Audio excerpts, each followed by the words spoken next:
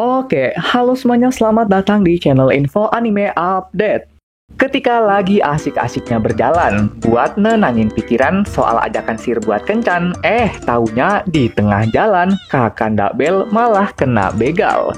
Awalnya Bel mengira kalau dia tuh bakalan dieksekusi, tapi yang nggak disangkanya dia malah diajakin nongkrong ke sebuah warkop. Tapi meski diajak ke warkop, bukan berarti Bel bisa bernafas lega. Soalnya di warkop ini, Bel beneran mendapati perlakuan selayaknya kriminal yang baru saja diinterogasi. Interogasi pertama, Mbah Elf nanya, apa rencana Bel buat kencan besok? Bel menjawab kalau dia tuh belum memutuskan mau kencan atau tidak. Si Mbah marah dong. Kemudian Mbah Elf memberikan dua pilihan yang inti omongannya mengarah pada keharusan Bel membuat Sir bahagia. Jika Bel menolak usulan yang diberikan, maka hasilnya Hestia Familia beserta Bel akan dimusnahkan dari dunia. Bel yang awalnya jalan santai buat ngilangin depresi, sekarang mendadak malah jadi tambah lebih depresi. Apalagi yang lebih parahnya, sesi eksekusi beneran terjadi dong. Sementara itu, di rumah Hesti Familia, mereka lagi-lagi mendapati surat yang isinya menjelaskan kalau Bel tuh harus kencan, supaya orang di rumah pada selamat. Di pertengahan surat, Bel berkata, jangan mencarinya. Tapi di akhir surat, Bel malah minta tolong. Welf yang mendengar itu jadi bingung. Ini tuh minta ditolong apa minta ditampol sih? Bikin bingung aja loh. Haruhime kembali depresi, sedangkan Dewi Useless kembali kesel. Berikutnya, di sebuah rumah yang desainnya mirip penyihir, nampak terlihat ada Bel yang lagi diajarin tata krama ala-ala bangsawan gitu. Terus, di depan cermin, Bel disuruh nge-spam kata-kata yang akhirnya ada nama Sir.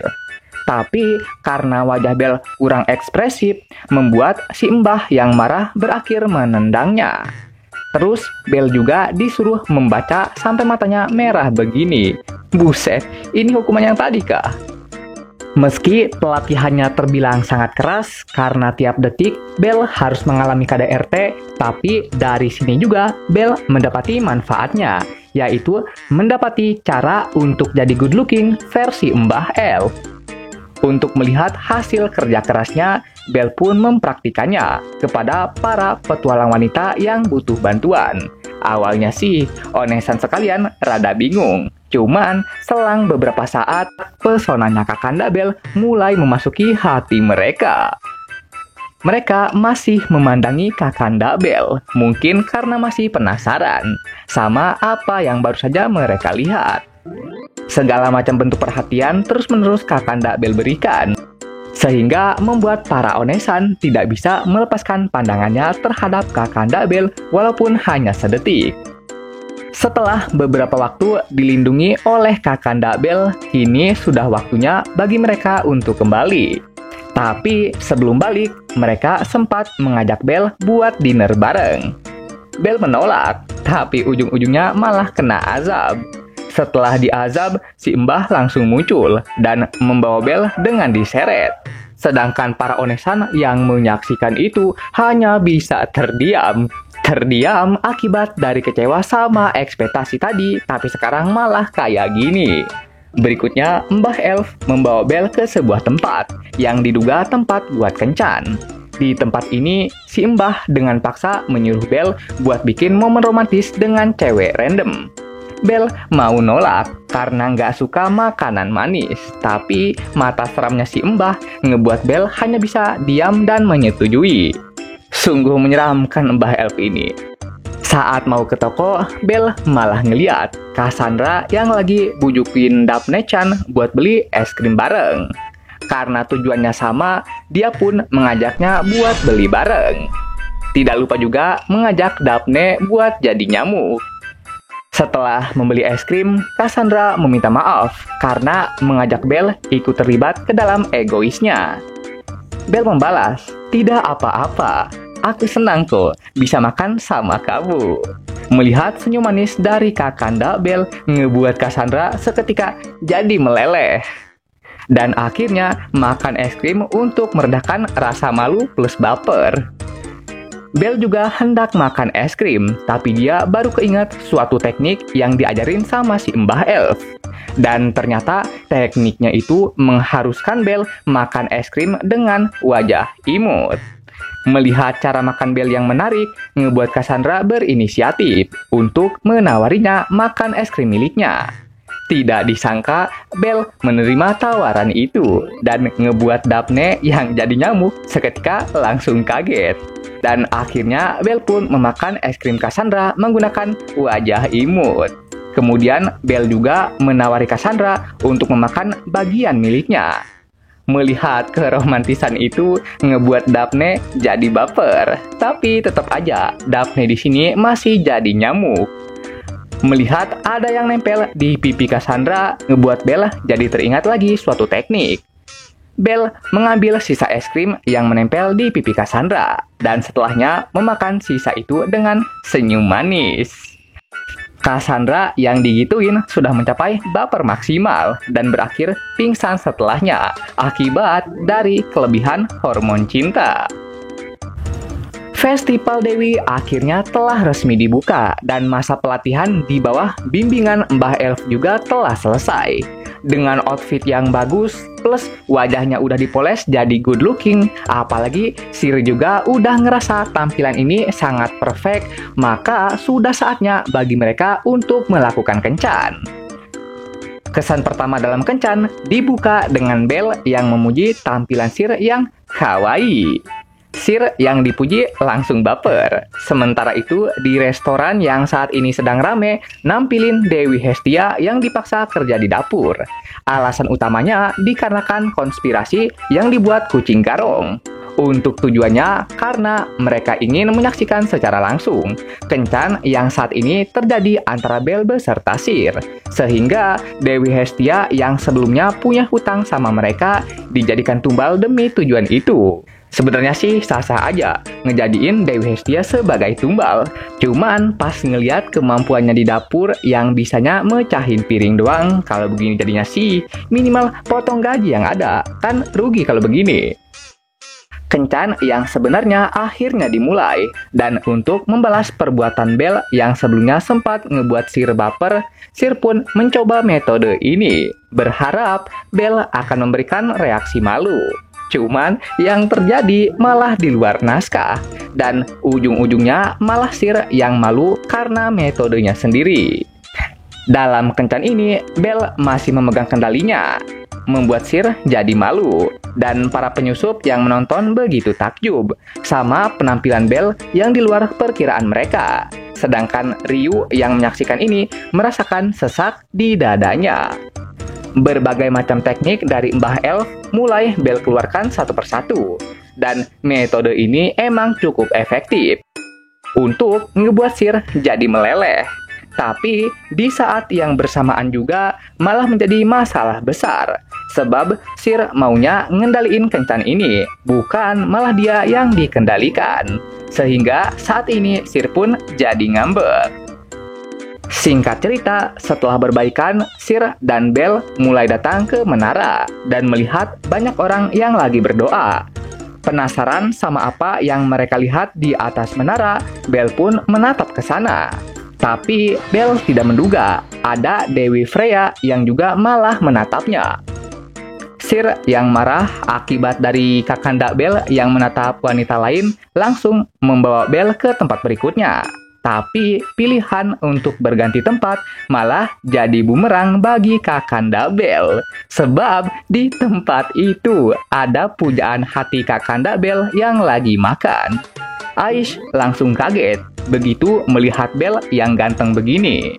Terus bergandengan tangan dengan wanita lain lagi. Di tengah kekagetan itu, Sir malah makin nempel sama kakanda Belle. Ayolah Belle, apalagi di sini Sir sampai manggil Belle pakai sebutan darling lagi. Belle ingin menjelaskan ini semua tidak seperti apa yang Aish pikirkan. Walaupun Aish sendiri kagak peduli sama penjelasan itu. Di saat Belle udah pergi, Dewi Useless akhirnya datang. Jadi ternyata alasan kenapa Dewi Hestia bisa-bisanya malah datang ke sini itu semua karena nggak ada satupun hal di tempat kerja yang mampu dia kerjakan.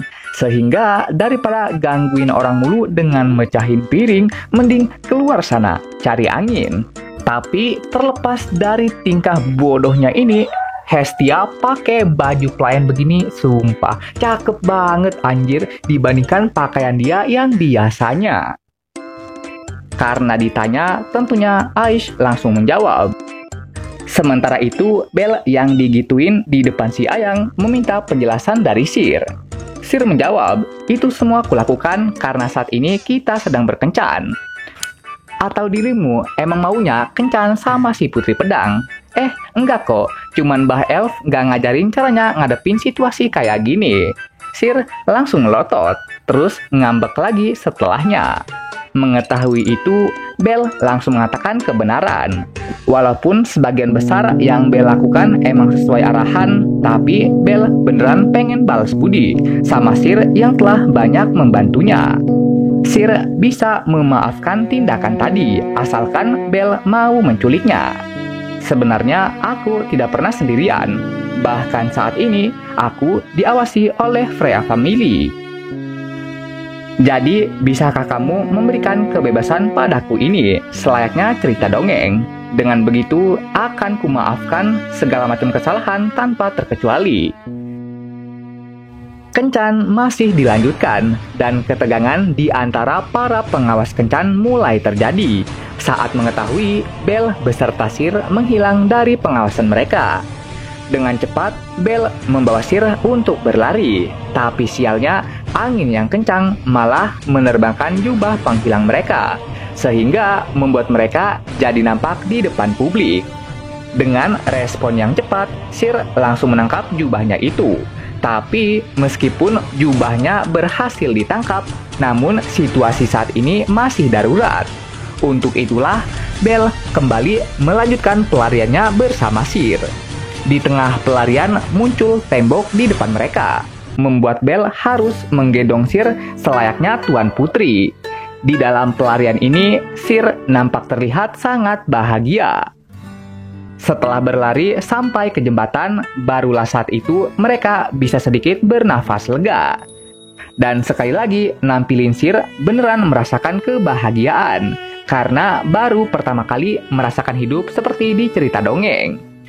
Untuk selanjutnya, Belle membawa Sir ke katedral, dan di dalam katedral ini kita diperkenalkan dengan sebuah cerita dongeng yang manis untuk didengar, namun sangat pahit untuk dicari tahu kebenarannya. Jadi ceritanya berkisah tentang seorang kesatria bernama Fulan yang mengabdikan cintanya kepada seorang gadis biru. Namun siapa yang menduga jodohnya si Fulan ternyata sama orang lain. Cewek biru yang ditolak seketika jadi yander. Tapi meskipun udah jadi yander, namun si cewek nampaknya masih punya hati. Sebab dia rela diserang monster hanya untuk melindungi orang yang dicintainya. Berkat serangan monster itu, cewek biru akhirnya mati. Dan kematian dia ngebuat si Fulan sangat bersedih, hingga berujung ke pembuatan katedral ini. Jadi, katedral ini dibangun oleh si Fulan untuk mengenang kisah sedihnya ini. Dari cerita ini, kita bisa mengambil kesimpulan. Jika emang ingin mencintai, maka harus sudah siap untuk menanggung resiko tersakiti. Setelah cerita selesai, Sir menanyakan pertanyaan pada Belle yang sekiranya mirip dengan cerita tadi. Jika aku mulai kehilangan akal, apa yang sekiranya akan kamu lakukan? Sama seperti cerita tadi, ketika aku marah dan bersedih, bukan tidak mungkin bagiku untuk melukai orang lain. Jika begitu, tindakan apa yang akan kamu lakukan? Tentunya aku akan berusaha supaya kamu tidak menyakiti ataupun tersakiti. Akan kuusahakan semampuku supaya kamu bisa terhindar dari situasi itu, jawab Belle. Apakah hanya itu doang? Tidakkah kamu ingin memarahiku? Memelukku dengan erat sambil berkata, Tidak akan kubiarkan dirimu lepas lagi dari pandanganku untuk berbuat jahat setelahnya. Membisikkan itu ke telinga dan akhirnya membawaku pulang ke rumah. Mana mungkin aku ngelakuin kayak gitu, jawab Belle. Sir tersenyum, berkata Belle itu orang yang baik. Kemudian dia mulai bersandar pada pundak Belle, sekaligus menyatakan cinta kepadanya. Mendengar itu, wajah Belle jadi memerah. Untuk kencan selanjutnya, Belle membawa Sir ke sebuah kapal. Jika dilihat dari dekat, maka kapal ini akan terlihat seperti tempat makan VIP dengan suasana yang romantis. Suasananya emang udah romantis, tapi situasi saat ini malah terbilang cukup menegangkan.